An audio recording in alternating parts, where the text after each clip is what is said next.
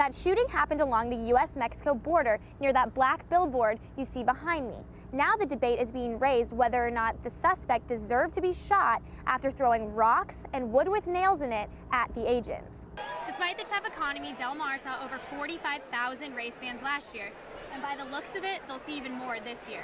This is the housing area for Sandown 2011, where hundreds of homeless vets will be spending tonight and tomorrow night. Hopefully, when they leave here on Sunday, they'll be leaving on the right foot. It's the latest craze among middle school and high school students. Products such as herbal incense and pixie dust. They're sold locally as bath salts and incense, but in reality, they mimic the effects of marijuana and cocaine.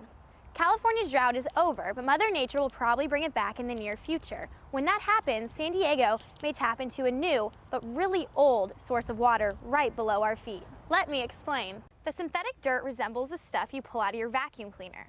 Now, while real dirt might be prettier, this stuff is proving to be a lot safer this year. For seniors in the program, this can turn into real money.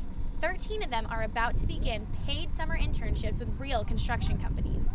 4 years ago, this street, as beautiful as it is today, was a disaster zone from the 2007 wildfires. But even now, 4 years later, some homes are still being rebuilt. This was taken right from the buttes. It's obsidian. About 8,000 years ago, the buttes erupted, the magma flowed, and cooled into obsidian. Good morning, I'm Amanda Windsor. Deputies believe they found the body of a burglar who jumped in a reservoir to hide from them yesterday. A person living 2 blocks from the Sweetwater Reservoir told sheriffs a man broke in yesterday just before 3 in the afternoon.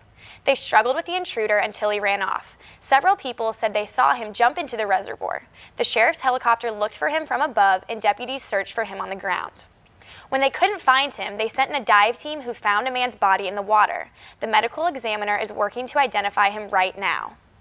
Today, 18-year-old Anthony Penn and a 16-year-old boy will be formally charged in a shooting that injured 7-year-old Laura Costello and 21-year-old Martin Barnett.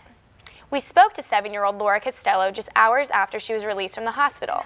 She was hit in the leg by a stray bullet while playing in her yard. The bullet meant for a Barnett across the street. He was also shot in both arms Saturday.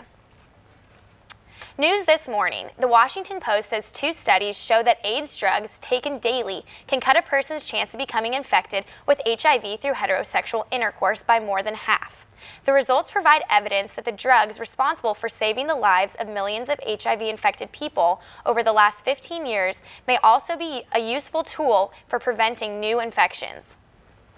Successful water conservation has led to a precarious financial situation for the Padre Dam Municipal Water District. So, the district's board of directors is considering a deficit elimination plan. A 34% decrease in water sales because of customer conservation has led to a $3.5 million loss this fiscal year. The deficit plan includes reducing the staff positions by 26 either through attrition or layoffs. We're a couple of hours away from the next big soccer match for the United States at the Women's World Cup. A semifinal meeting against France, the team USA is trying to carry over the momentum of Sunday's dramatic win over Brazil. The winner of this morning's game in Germany advances to Sunday's final against either Sweden or Japan.